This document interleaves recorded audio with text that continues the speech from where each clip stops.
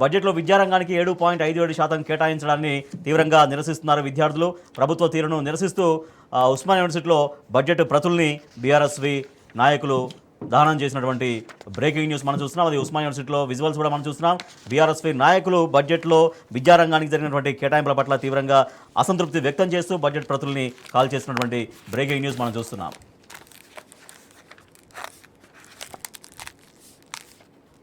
హెచ్చరిస్తూ ఉన్నాం, రేవంత్ రెడ్డి బిడ్డ, ఇప్పటికైనా నువ్వు మా విద్యార్థులను ఏ రకంగా అయితే గురుకుల విద్యార్థులు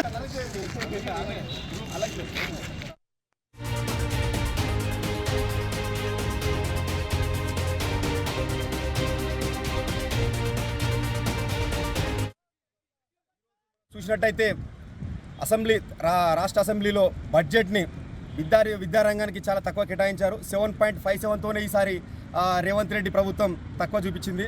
కాబట్టి గత ఎలక్షన్లో 15% ఇస్తా అని చెప్పి రేవంత్ రెడ్డి ప్రభుత్వం గద్దెనెక్కిన తర్వాత ఈసారి బడ్జెట్లో 15% కేటాయిస్తా అని చెప్పి 7.5తోనే సరిదిపెట్టింది.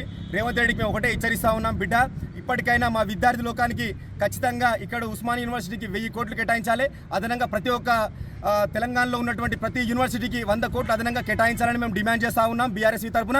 ఈరోజు ఇక్కడ చూసినట్టుంటే ఇక్కడ యూనివర్సిటీలో సరైన విద్య లేదు, సరైన టీచింగ్ లేదు, నాన్ టీచింగ్ లేదు. అలాగే ఇక్కడ ఉన్న ఫుడ్ కూడా చాలా ఇబ్బందికరంగా ఉంది విద్యార్థులకు. 15% ఇస్తా అని చెప్పి హామీ ఇచ్చి గద్దెనెక్కిన ప్రభుత్వం ఈసారి గద్దెనెక్కిన తర్వాత 7.3 గత ఏడాది ఇచ్చి ఈసారి 7.5 ఇస్తుంది.